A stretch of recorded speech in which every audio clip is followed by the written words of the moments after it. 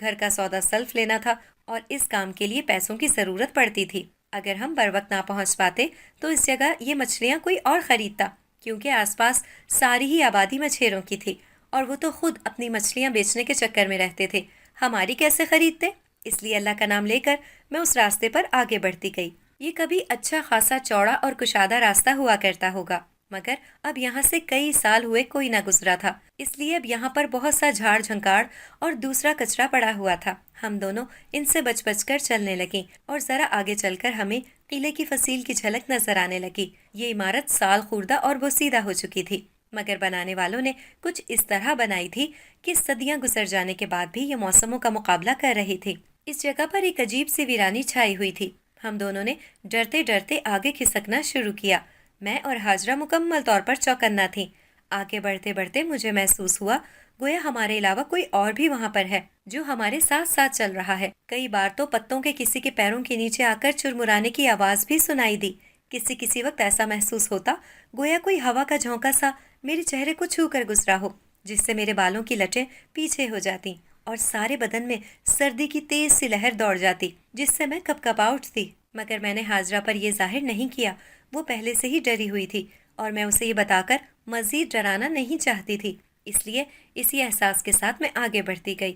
سڑک سے ذرا ہی پہلے اس قلعے کی حدود ختم ہو جاتی تھی اور حیرت انگیز طور پر قلعے کی حدود سے باہر قدم رکھتے ہی وہ کسی کے ساتھ چلنے کی آہٹ اور پتوں کے چرمور کرتی آواز بھی معدوم ہو گئی تھی۔ آخرکار ایک موڑ مڑ کر ہم اس جھاڑیوں کے جنگل سے باہر نکل آئے۔ سکون کا ایک گہرا سانس لے کر میں نے سامنے دیکھا، پختہ سڑک پر ذرا سا ہی دور وہ ٹھیکیدار کا ٹرک کھڑا تھا۔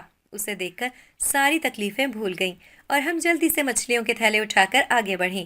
میں بعض دفعہ بابا کے ساتھ مچھلی بیچنے کے لیے آ چکی تھی، اس لیے مجھے پہچانتا تھا۔ اس نے بیڑی کا کش لگاتے ہوئے مجھے دیکھ کر کہا، کیا بات ہے تہمینہ بی بی، تیرا ابا نہیں آیا آج؟ خیریت تو ہے؟ میں نے تھیلا اسے دیتے ہوئے کہا، وہ بیمار ہے، سردی لگ گئی ہے اسے۔ یہ مچھلیاں لو اور تول کر پورا پیسہ دینا، پچھلی بار بھی ڈنڈی مار گئے تھے۔ میری بات سن کر ٹھیکیدار کا منہ بن گیا۔ اس نے کہا، او بی بی، ادھر اور کون دیتا ہے اتنے پیسے؟ میرے سوا کوئی اور خریدے تو دو جا کر۔ مجھے ڈر لگا کہ کہیں وہ ناراض ہو کر مچھلی لینے سے ہی انکار نہ کر دے۔ میں نے جلدی سے کہا، تم تو ناراض ہو گئے، میرا یہ مطلب تھوڑی تھا۔ بڑی منتیں کرنے کے بعد ٹھیکیدار نے مجھ سے مچھلیاں لی۔ مچھلیوں کا وزن کر کے اس نے انہیں ٹرک میں ڈالا اور پیسے نکال کر مجھے دیے۔ میں نے وہیں پر گنے تو یہ دیکھ کر مجھے خوشگوار حیرت ہوئی کہ ٹھیکیدار نے پوری قیمت دی تھی۔ میں نے سب سے پہلے ابا کے لیے ایک دکان سے دوائی لی اور ہاجرہ کے ساتھ واپسی کو چل پڑی۔ اب کی بار مجھے جلدی نہیں تھی، اس لیے میں نے اس راستے سے آنے کے بجائے دوسرا راستہ اختیار کیا جس سے گاؤں کے لوگ گزرتے تھے۔ گھر میں داخل ہوتے ہی ابا کے زور زور سے کھانسنے کی آوازیں سنائی دے رہی تھی۔ میں نے اندر آ کر ابا کو دیکھا جو چارپائی پر اوندھا پڑا ہوا تھا۔ ہاجرہ بھاگ کر پانی لے آئی۔ میں نے بابا کو سہارا دے کر بٹھایا اور ساتھ لے کر آنے والی دوائی کھلائی تو تھوڑی دیر بعد ان کی کچھ طبیعت سنبھلی۔ دوائی کی وجہ سے اس کی کھانسی کچھ تھمی تو تھوڑی دیر بعد ہی بابا سو چکا تھا۔ میں نے کھانا بنایا، کام نمٹاتے نمٹاتے شام ہو چکی تھی۔ سردیوں کے دن تو ویسے بھی بہت چھوٹے ہوتے ہیں، پتہ ہی نہیں چلتا کہ صبح ہوئی اور کب شام۔ اندھیرا پھیلتے دیکھ کر میں اٹھ کر باورچی خانے میں آ گئی اور رات کے کھانے کی تیاری کرنے لگی۔ آٹا گوندتے ہوئے مجھے اپنی پشت پر کسی کی موجودگی محسوس ہوئی۔ میں نے مڑ کر اپنے پیچھے دیکھا مگر مجھے اپنے پیچھے کوئی بھی دکھائی نہیں دیا۔ شاید یہ میرا وہم تھا کہ میرے پیچھے کوئی کھڑا ہے۔ ہاجرہ اندر آئی تو میں نے اس سے پوچھا، ہاجرہ ابھی تم آئی تھی یہاں؟ ہاجرہ نے حیرت سے مجھے دیکھ کر کہا، نہیں تو کیوں؟ میں نے اسے ٹالنے کو کہہ دیا، کچھ خاص بات نہیں، بس ویسے ہی مجھے لگا تم آئی تھی۔ اس نے سر ہلا کر کہا، نہیں تو میں تو ابھی آئی ہوں۔ کھانا بنانے کے بعد میں نے سب کو بلا لیا۔ بابا بھی اٹھ گئے تھے۔ انہیں کھانا کھلا کر میں نے سلا دیا اور اماں کو ان کا خیال رکھنے کا کہہ کر میں نے اور ہاجرہ نے جال اٹھایا اور پتن کی طرف روانہ ہو گئی۔ ہمیں مچھلیاں پکڑنی تھی۔ کشتی کو درخت سے کھول کر میں نے پانی میں دھکیلا اور پتوار سنبھال کر بیٹھ گئی۔ ہاجرہ بھی میرے ساتھ ہی سوار ہو گئی۔ کافی آگے پہنچ کر میں نے جال کو دریا میں پھینک دیا اور انتظار کرتے ہوئے ہاجرہ سے باتیں کرنے لگی۔ اچانک مجھے اپنے قریب کسی کی موجودگی محسوس ہوئی۔ میں نے ساری کشتی میں اچھی طرح نظر دوڑائی مگر میرے اور ہاجرہ کے علاوہ اور کوئی تھا بھی نہیں۔ پھر مجھے بار بار ایسے کیوں لگ رہا تھا جیسے کوئی ہمارے ساتھ بیٹھا ہوا ہے۔ میں نے ہاجرہ کی طرف دیکھا مگر وہ میری کیفیت سے بے نیاز بیٹھی دریا کو تک رہی تھی۔ میں نے کہا، ہاجرہ تمہیں ایسا لگ رہا ہے جیسے ہم دونوں کے علاوہ کوئی اور بھی بیٹھا ہے؟ ہاجرہ نے پہلے تو حیرانی سے مجھے دیکھا، پھر ساری کشتی پہ نظر دوڑائی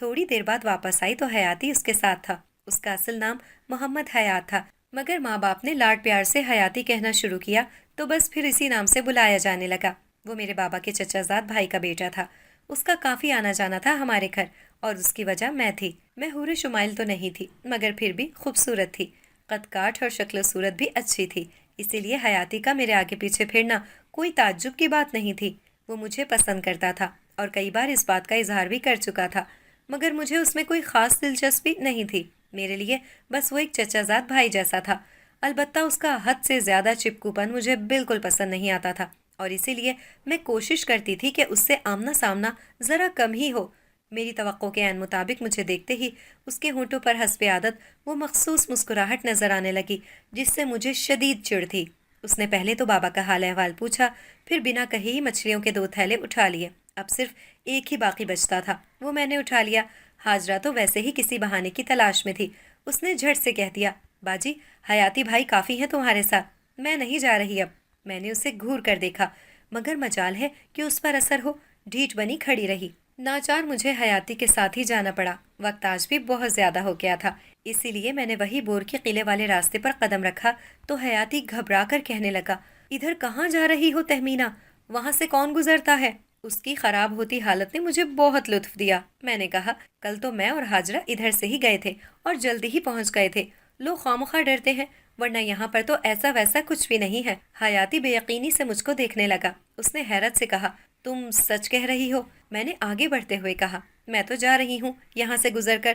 تم نے اگر نہیں آنا ہے تو کوئی بات نہیں، نہ آؤ۔ میں کچھ آگے بڑھی تو وہ بھی جلدی سے میرے پیچھے پیچھے قدم سے قدم ملا کر چلنے لگا۔ اگرچہ یہاں سے گزرتے ہوئے اس کا خوف اور ڈر صاف ظاہر ہو رہا تھا، مگر اپنی مردانہ غیرت کی وجہ سے وہ میرے ساتھ چلنے پر مجبور تھا۔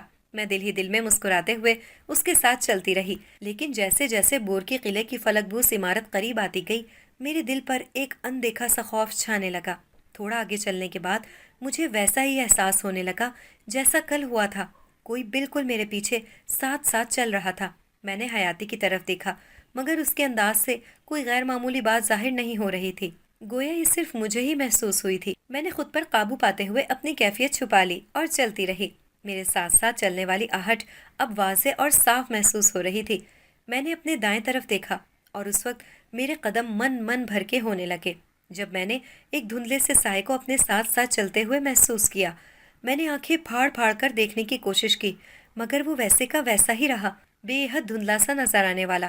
اس کا عکس اتنا شفاف تھا کہ اس کے پار کے درخت بھی اس میں سے صاف نظر آ رہے تھے۔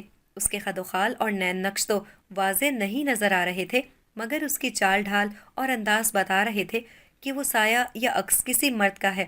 میرے قدم لڑکھڑانے لگے۔ بور کے قلعے سے منسوب ساری داستانیں پل بھر میں میرے چشمے تصور میں گھوم گئی۔ اس خیال سے میرا دل خوف کی شدت سے زور زور سے دھڑکنے لگا کہ شاید اب میرا حال بھی ویسا ہی ہونے والا ہے جیسا یہاں پر اس سے پہلے آنے والوں کے ساتھ ہوا تھا۔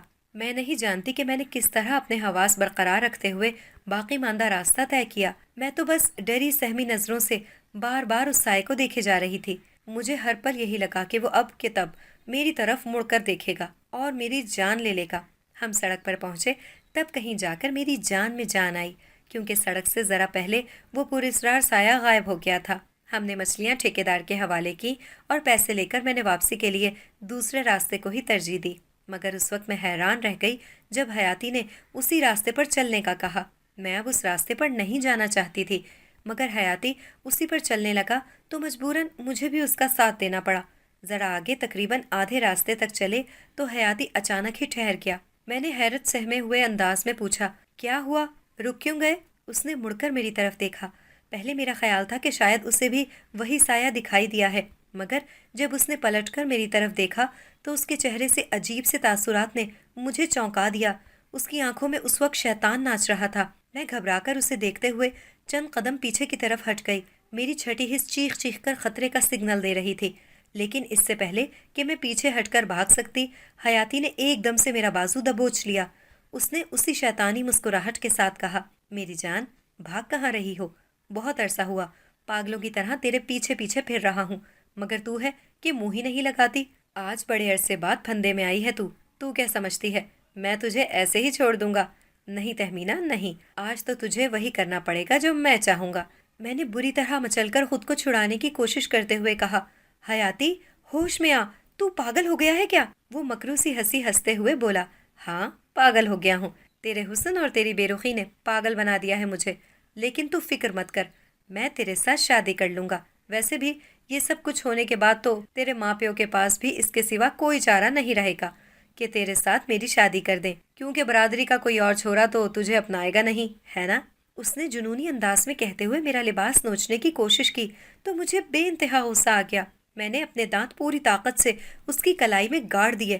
وہ درد و کرب سے چیخ مار کر پیچھے ہٹا۔ میں نے آزاد ہوتے ہی جدھر کو منہ اٹھا اسی طرف دوڑ لگا دی۔ اگر کوئی اور وقت ہوتا تو شاید میں بھول کر بھی اس پگڈنڈی پر قدم نہ رکھتی، کیونکہ یہ سیدھی قلعے کے دروازے کی طرف جا رہی تھی۔ وہ کراہتا ہوا میرے پیچھے لپکا۔ میرے قریب پہنچتے ہی قلعے کا دروازہ خود بخود کھل گیا۔ میں ٹھٹک کر رکی، مگر اس وقت حیاتی کی آواز سنائی دی، مجھ سے بھاگ کر کہاں جائے گی تہمینہ، رک جا وہیں پر۔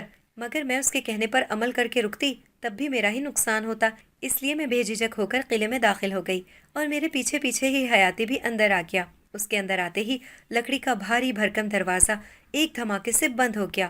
میں قلعے کے صحن میں داخل ہو کر ہانپنے لگی۔ مجھ سے اب مزید نہیں دوڑا جا رہا تھا۔ اسی وقت ایک نوجوان سامنے آ گیا۔ وہ کب اور کہاں سے نکلا تھا مجھے علم نہیں ہو سکا، بس ایسا لگا کہ اچانک ہی وہ زمین سے اگایا ہو۔ میں گھبرا کر ایک طرف ہو گئی اور حیاتی بھی ٹھٹک کر رک گیا۔ وہ نوجوان اس کے اور میرے درمیان کھڑا ہو کر اس کی طرف سرد نظروں سے دیکھتا رہا، تو اس نے گھبرا کر پوچھا، ارے کون ہو تم؟ ہٹ جاؤ آگے سے۔ حیاتی کے سر پر اس وقت شیطان سوار تھا۔ وہ خوفناک ارادوں سے اس کی طرف دیکھتا ہوا آگے بڑھا۔ اسی وقت میری آنکھوں نے وہ حیرت انگیز اور ناقابل یقین منظر دیکھا۔ نوجوان کی نظروں سے اس وقت شعلے سے نکلے اور حیاتی کے سینے سے جا ٹکرائے۔ ان شعلوں کا ٹکرانا تھا کہ حیاتی کے منہ سے ایک کربناک چیخ نکلی اور وہ زمین پر گر کر تڑپنے لگا۔ اس کے جسم سے دھواں سا اٹھنے لگا اور چاروں طرف گوشت کے جلنے کی کراہت آمیز سڑان پھیل گئی۔ میں سکتہ زدہ سی کھڑی اسے دیکھتی رہی۔ حیاتی مر چکا تھا، ختم ہو چکا تھا۔ وہ لڑکا چند لمحے تک تو اسے دیکھتا رہا، پھر اس نے میری طرف پلٹ کر دیکھا۔ اس کی نظروں میں میرے لیے محبت تھی۔ وہ آہستہ آہستہ میری طرف بڑھا۔ میں چونک کر ہوش میں آ گئی اور خوفزدہ انداز میں اس کی طرف دیکھتے ہوئے پیچھے ہٹنے لگی۔ مجھے یقین تھا ابھی اس کی آنکھوں سے دو شعلے نکل کر میرے جسم سے ٹکرائیں گے اور میں بھی حیاتی کی طرح ہی جھلس کر مر جاؤں گی۔ قلعے کا دروازہ دوبارہ کھل گیا تھا۔ میری آنکھوں میں بے بسی اور موت کے خوف سے آنسو آ گئے۔ مجھے ڈرا سہما دیکھ کر وہ مجھ سے ذرا فاصلے پر رک گیا۔ اس نے مدھم سی آواز میں کہا، تم ٹھیک ہو؟ میں نے قلعے کے دروازے کی طرف دیکھا۔ اس کا زیریں حصہ کھلا ہوا تھا۔ میں نے دروازے کی طرف دوڑ لگائی۔ میں یہاں سے بھاگ کر بہت دور چلے جانا چاہتی تھی، لیکن جیسے ہی میں دروازے کے قریب پہنچی وہ ایک بار پھر دھماکے سے بند ہو گیا۔ میں سہم کر وہیں کھڑی ہو کر کانپنے لگی۔ اپنے انجام کے متعلق مجھے اب کوئی شبہ نہیں رہ گیا تھا۔ میرا دل گویا کن پٹیوں میں دھڑک رہا تھا۔ تہمینہ، پیچھے سے اس کی دلکش گھمبیر آواز سنائی دی تو میں نے ڈرتے ڈرتے پلٹ کر دیکھا۔ وہ سینے پر بازو باندھے مجھ سے ذرا دور کھڑا تھا۔ اس کی نظروں میں کوئی غصہ نہیں تھا، البتہ ہر عورت کی طرح اس کی نظروں میں اٹھنے والی محبت کے شعلوں کی تپش میں نے ضرور محسوس کر لی تھی۔ اس نے مسکراتے ہوئے کہا، ڈرو مت تہمینہ، میں تمہیں کوئی نقصان نہیں پہنچاؤں گا، مجھ سے خوف مت کھاؤ۔ اس کی بات سن کر میرے دل کو کچھ تسلی ملی، مگر فضا میں پھیلی ہوئی سڑان نے پھر سے مجھ پر ڈر طاری کر دیا۔ تم نے اسے مار دیا؟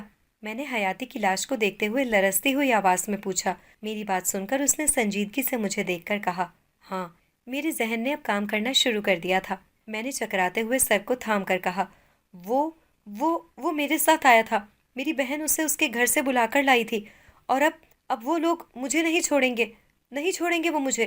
میں نے بے بس ہو کر رونا شروع کر دیا۔ وہ خاموشی سے مجھے دیکھتا رہا، پھر آہستہ سے میرے قریب بیٹھ کر بولا، مجھے معاف کر دو، اس نے تم پر بری نظر ڈالی تھی، اور اگر میں نہ آتا تو وہ شاید اپنے مذموم مقصد میں کامیابی بھی حاصل کر لیتا۔ ہماری دنیا میں تو ایسے جرم کی سزا صرف موت ہی ہے۔ تمہاری دنیا کا چلن کیا ہے یہ تو میں نہیں جانتا، لیکن میں نے اسے سزا دی ہے، بلا وجہ نہیں مارا۔ پھر تم کیوں اتنی خوف زدہ ہو؟ وہ کچھ اور پوچھ رہا تھا، مگر میرا دماغ اس کی اس بات پر اٹک گیا۔ ہماری دنیا؟ تو کیا یہ دنیا کوئی اور تھی؟ کیا یہ اس کی دنیا نہیں تھی؟ اگر اس وقت کوئی اور میری ذہنی حالت کا تجزیہ کرتا تو جان پاتا کہ شاید ہی کوئی اس سے پہلے ایسا خوف زدہ ہوا ہو۔ میں نے اس سے پوچھا، تم کون ہو؟ اس نے مجھے دیکھتے ہوئے اطمینان سے کہا، میں ایک جن زادہ ہوں، جنات کی دنیا سے آیا ہوں۔ میں دم بخود سی ہو کر اسے دیکھنے لگی، اگرچہ اس کی عقل کو حیران کر دینے والی طاقت سے مجھے کچھ اندازہ ہو چکا تھا، مگر یہ بات اس کی زبانی سن کر میں ایک دم چپ کی چپ رہ گئی۔ مجھے حیران و پریشان دیکھ کر اس نے نرمی سے کہا، میں ایک جن زادہ ہوں، مگر تمہیں مجھ سے کوئی خوف نہیں ہونا چاہیے، کیونکہ میں تم سے محبت کرنے لگا ہوں تہمینہ۔ جب کل تم یہاں پہلی بار آئی تھی تب سے میں تمہاری خوبصورتی کا اسیر ہو چکا ہوں۔ اس قلعے پر میری حکومت ہے اور میری مرضی کے بغیر یہاں پر کوئی نہیں آتا، اور اگر آ بھی جائے تو زندہ واپس نہیں جاتا، لیکن تمہیں اور تمہاری بہن کو میں نہ روک سکا۔ پھر میں نے مختلف طریقوں سے تمہیں اپنے وجود کا احساس دلانے کی کوشش کی، مگر تم انسان، خدا کی اشرف المخلوقات، بہت ڈرپوک ہوتے ہو۔ تم بھی ڈر گئی تھی اور میں تمہیں اس طرح ڈرانا نہیں چاہتا تھا، اس لیے میں نے سوچا کہ اب میں تم سے انسانی روپ میں ملوں گا، مگر افسوس ہماری ملاقات ان حالات میں ہوئی۔ میں چپ چاپ ساکت و جامد سی اسے سنتی رہی۔ اس نے اپنی انگلیوں کے پوروں سے میرے آنسو چن لیے۔ میں نے سہمی ہوئی نگاہوں سے حیاتی کی لاش کو دیکھا اور اس جن زادے سے پوچھا، میں گھر میں کیا کہوں گی؟ وہ سب تو مجھ سے پوچھیں گے کہ حیاتی کہاں گیا؟ اس نے بے پرواہی سے کہا، تو کہہ دینا کہ وہ قلعے کے اندر گھس گیا تھا اور مارا گیا، ویسے بھی اس کی لاش یہاں پر موجود ہے۔ میں نے نفی میں سر ہلاتے ہوئے کہا، نہیں، اول تو کوئی بھی اس بات پر یقین نہیں کرے گا، اور اگر کر بھی لیا تو سب مجھ سے نفرت کریں گے، وہ میری وجہ سے مارا گیا ہے۔ میں پھوٹ پھوٹ کر رونے لگی۔ وہ پریشان سا ہو کر چند لمحے تک مجھے دیکھتا رہا، پھر چونک کر بولا، اگر حیاتی زندہ سلامت تمہارے ساتھ چلے تب؟ میں اچھل پڑی۔ میں نے حیرت سے پوچھا، کیسے؟ وہ تو مر چکا ہے، کیا تم اسے زندہ کر سکتے ہو؟ میری بات سن کر وہ ہنس پڑا۔ اس نے ہنستے ہوئے کہا، ایسی قوت تو خدا نے صرف عیسیٰ علیہ السلام کو ہی دی تھی، میں کہاں سے زندہ کر سکتا ہوں؟ اس کی بات سن کر میں ٹھنڈی پڑ گئی۔ میں نے پوچھا، تو پھر؟ اس نے کہا، تو پھر یہ کہ میں حیاتی کو زندہ تو نہیں کر سکتا، مگر حیاتی بن کر تمہارے ساتھ چل ضرور سکتا ہوں۔ یہ کہتے ہوئے اس نے اچانک ہی روپ بدلا اور میں یہ دیکھ کر دنگ رہ گئی کہ وہ ہو بہو حیاتی جیسا دکھنے لگا۔ اگر میرے سامنے ہی اس کی موت نہ ہوئی ہوتی تو مجھے ذرا بھر بھی شبہ نہ ہوتا کہ وہ حیاتی نہیں ہے۔ مجھے اس طرح اپنی طرف دیکھتے پا کر اس نے کہا، تم شاید بھول رہی ہو تہمینہ کہ میں ایک جن زادہ ہوں، اور میرے لیے کسی کا بھی روپ اختیار کرنا ذرا بھی مشکل نہیں ہے۔ یہ چیز تو مجھے بھی نظر آ رہی تھی۔ میں کچھ حوصلہ پکڑتے ہوئے کھڑی ہو گئی۔ میں نے کہا، تمہارا نام کیا ہے؟ اس نے جواب دیا، میرا نام ارزق ہے۔ میں نے سر ہلاتے ہوئے حیاتی کی لاش دیکھ کر پوچھا، اس کا کیا کرو گے؟ اس نے کچھ کہنے کی بجائے ہاتھ سے اشارہ کیا تو قلعے کے صحن کے ایک کونے میں ایک گڑھا نمودار ہو گیا۔ پھر حیاتی کی لاش خود بخود اٹھ کر اس گھڑے میں جا گری اور زمین پہلے کی طرح برابر ہو گئی۔ اب اس جگہ کو دیکھ کر کوئی سوچ بھی نہیں سکتا تھا کہ یہاں پر کوئی انسان دفن ہے۔ حیاتی کی موت کا مجھے افسوس ضرور ہوا تھا، کچھ بھی تھا، وہ میرا رشتہ دار تھا، مگر اپنی موت کا وہ خود ہی ذمہ دار تھا۔ میں اور ارزق جو اب حیاتی کے روپ میں تھا وہاں سے باہر نکلے۔ مچھلیوں کے پیسے میرے پلو میں بندھے ہوئے تھے اور تھیلے راستے میں گرے ہوئے تھے۔ ہم نے وہ اٹھائے اور واپسی کے راستے کی طرف بڑھ گئے۔ ہم کافی دیر سے گھر پہنچے تھے۔ ہاجرہ پریشانی سے آنگن میں چکر کاٹ رہی تھی۔ ہمیں آتے دیکھ کر اس نے سکون کی سانس لی اور قریب آ کر شکایت بھرے انداز میں کہنے لگی، اتنی دیر کہاں لگا دی؟ میں تو پریشان ہو گئی تھی۔ میں نے چور نظروں سے ارزق کو دیکھتے ہوئے کہا، بس آتے ہوئے دیر ہو گئی، اور پھر مچھلیاں بھی تو کافی زیادہ تھیں۔ ہاجرہ مطمئن ہو گئی۔ اس نے ارزق کو دیکھ کر کہا، حیاتی بھائی، چائے گرم کر کے لے آؤں؟ ارزق نے سر ہلاتے ہوئے کہا، ٹھیک ہے، لے آؤ۔ ہاجرہ اندر غائب ہو گئی اور ارزق بابا سے اس کی طبیعت پوچھنے لگا۔ اس کا انداز بالکل حیاتی والا تھا۔ میں مطمئن ہو کر اندر چلی گئی اور منہ سر لپیٹ کر لیٹ گئی۔ میرا دل ابھی بھی بوجھل تھا اور دھڑکا لگا ہوا تھا کہ کہیں کسی کو حیاتی کی موت کے متعلق پتہ نہ چل جائے۔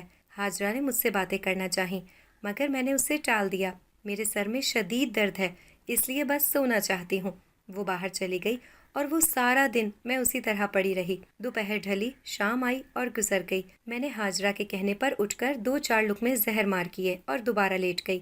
ہاجرہ بھی میرے مزاج کو دیکھتے ہوئے باتیں کرنے کی بجائے سو گئی۔ رات کے کسی پہر اچانک ہی میری آنکھ کھلی اور میں نے محسوس کیا کہ کوئی میرے سینے پر سوار ہو کر میرا گلا گھونٹنے کی کوشش کر رہا ہے۔ خوف سے میری گھگی بند گئی۔ میں نے ہاتھ پاؤں چلائے مگر دباؤ بدستور برقرار رہا۔ میں اس بوجھ کو محسوس کر رہی تھی مگر اس کو چھونے سے قاصر تھی۔ اس سے پہلے کہ میری سانس بند ہو جاتی، اچانک ہی میری گردن آزاد ہو گئی اور میں کھانس کھانس کر دوہری ہونے لگی۔ وہ بوجھ بھی ہٹ گیا۔ ہاجرہ بے خبر سوتی رہی۔ کھانسی ذرا تھمی تو مجھے ارزق کی سرگوشی نما آواز سنائی دی، تم ٹھیک ہو تہمینہ؟ میں نے لرزتے ہوئے کہا، تم نے میرا گلا گھونٹا تھا۔ اس نے میرا ہاتھ تھام کر کہا، میں ایسا کیسے کر سکتا ہوں؟ میں نہ آتا تو شاید وہ اپنا بدلہ لے چکا ہوتا۔ میں نے گھبرا کر کہا، وہ کون؟ اس نے جواب دیا، حیاتی کا ہمزاد۔ میں نے بے یقینی سے کہا، یہ تم کیا کہہ رہے ہو؟ اس کا ہمزاد کہاں سے آ گیا؟ اس نے فکرمند آواز میں کہا، اس کا جنازہ نہیں پڑھا گیا ہے اور نہ غسل دیا گیا ہے، شاید اسی لیے اس کا ہمزاد بھی۔ میں نے اس کی بات کاٹتے ہوئے کہا، ارزق، یہ تم کیسی باتیں کر رہے ہو؟ میری سمجھ میں تو کچھ بھی نہیں آ رہا۔ وہ تھوڑی دیر تک خاموش رہ کر کچھ سوچتا رہا، پھر بولا، ہر انسان کے ساتھ ایک ہمزاد ہوتا ہے جو اس کے ساتھ ہی پیدا ہوتا ہے اور مرنے کے بعد اس کے ساتھ ہی دفن ہوتا ہے، مگر جب جنازہ پڑھانے کے بعد ایک ڈھیلے پر آیت الکرسی پڑھ کر اس کو مرنے والے آدمی کی قبر میں پھینک دیا جاتا ہے۔ حیاتی کے معاملے میں ایسا نہیں ہوا، نہ تو اسے غسل دیا گیا، نہ جنازہ پڑھایا گیا، اور نہ ہی وہ پڑھا ہوا ڈھیلا اس کی قبر میں پھینکا گیا۔ حیاتی کے ساتھ بھی اس کا ہمزاد تھا جو اب بے گھر ہو چکا ہے، کیونکہ ہمزاد کا گھر اس انسان کا جسم ہی ہوتا ہے جس میں وہ رہتا ہے۔ اب چونکہ وہ ہماری ہی وجہ سے بے گھر ہوا ہے، اسی لیے وہ بدلہ لینے کے لیے پہلے تو میرے پاس آیا تھا، مگر مجھ پر حاوی نہ ہو سکا۔ تب وہ تمہارے پاس آیا، اور اگر مجھے تھوڑی سی بھی دیر ہو جاتی تو وہ شاید اپنے مقصد میں کامیاب ہو چکا ہوتا۔ میں حیران سی بیٹھی یہ سب سنتی رہی۔ یہ تو دنیا ہی عجیب تھی۔ چند لمحے خاموش رہنے کے بعد میں نے کہا، تو اب ہم کیا کریں گے؟ کیسے پیچھا چھڑائیں گے اس سے؟ میری بات کا جواب دیتے ہوئے اس نے کہا، تہمینہ، ہمیں وہ لاش نکالنی ہوگی، اس کو غسل دے کر جنازہ پڑھانا ہوگا، بس یہی ایک طریقہ ہے اس سے چھٹکارے کا، اور کوئی نہیں ہو سکتا۔ مجھ پر تو اس تصور سے ہی کپ کپی سی طاری ہو گئی۔ میں نے بے دلی سے کہا، ٹھیک ہے، ہم کل ہی یہ کام کریں گے۔ میں نے ہاجرہ کی طرف دیکھا۔ مجھے حیرت کے ساتھ ساتھ پریشانی بھی ہو رہی تھی کہ ہاجرہ اتنی بات چیت کے باوجود گہری نیند سوئی ہوئی ہے۔ میری حیرت کو بھانپ کر ارزق نے کہا، اس پر میں نے نیند طاری کر دی ہے، اسی لیے وہ سو رہی ہے، پریشان مت ہو، وہ کسی اور کو نقصان نہیں پہنچائے گا۔ اس کی بات سے مجھے کچھ تسلی ہوئی۔ اس رات اور کوئی قابل ذکر واقعہ پیش نہیں آیا۔ گزشتہ روز چونکہ ہم نے مچھلیاں نہیں پکڑی تھی، اس لیے مجھے کوئی جلدی نہیں تھی۔ آج میں ہاجرہ کو بھی نہیں لے کر جانا چاہتی تھی۔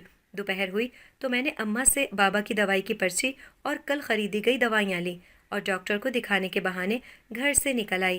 ہاجرہ ویسے بھی اتنا لمبا فاصلہ طے کرنے سے گھبراتی تھی، اسی لیے وہ ساتھ نہ چلی اور میرے لیے آسانی ہو گئی۔ ارزق اس وقت اپنے حیاتی کے بجائے اپنے اصل روپ میں تھا، اس لیے اسے کوئی بھی نہیں دیکھ پا رہا تھا۔ جلد ہی ہم بور کے قلعے پہنچ گئے۔ اندر پہنچ کر ہم نے حیاتی کی لاش نکالی، ارزق نے اسے غسل دیا اور پھر ہم دونوں نے مل کر اس کی نماز جنازہ پڑھی اور عزت و احترام سے اسے قبر میں اتار دیا۔ میں نے ایک ڈھیلا اٹھا کر اس پر آیت الکرسی پڑھ دی اور پھر اسے قبر میں پھینکا تو ایک عجیب سا دھماکہ سنائی دیا اور پھر گہری خاموشی طاری ہو گئی۔ ارزق نے بیلچے سے اس کی قبر برابر کر دی اور ہم دونوں نے ہمزاد سے پیچھا چھوٹنے پر خدا کا شکر ادا کرتے ہوئے سکون کی سانس لی۔ ہم گھر واپس چلے آئے۔ ارزق چند دن حیاتی کے روپ میں رہتا رہا، پھر ایک روز کشتی لے کر دریا میں گیا اور غائب ہو گیا۔ وہ مزید حیاتی کے روپ میں رہنا نہیں چاہتا تھا۔ اس کے اس طرح غائب ہونے سے سب یہی سمجھے کہ وہ دریا میں ڈوب گیا ہے، کیونکہ اس کی کشتی خالی تیرتی ہوئی نظر آئی تھی۔ لوگوں نے حیاتی کی لاش ڈھونڈنے کی بہت کوشش کی تھی، مگر وہ حیاتی ہوتا تو اس کی لاش ملتی۔ ارزق اب ایک نوارد مچھیرے کے روپ میں بستی میں رہنے لگا تھا۔ جلد ہی اس نے بابا سے راہ و رسم بڑھا لی اور ایک دن بابا سے میرا رشتہ دینے کی درخواست کی، جو بابا نے بخوشی منظور کر لی۔ ہماری شادی ہو چکی ہے۔ بور کے قلعے میں اب کوئی مافوق الفطرت قوت نہیں رہتی، البتہ وہاں سے گزرتے ہوئے مجھے ڈر ضرور لگتا ہے کہ کہیں حیاتی کا ہمزاد پھر نہ نکل آئے۔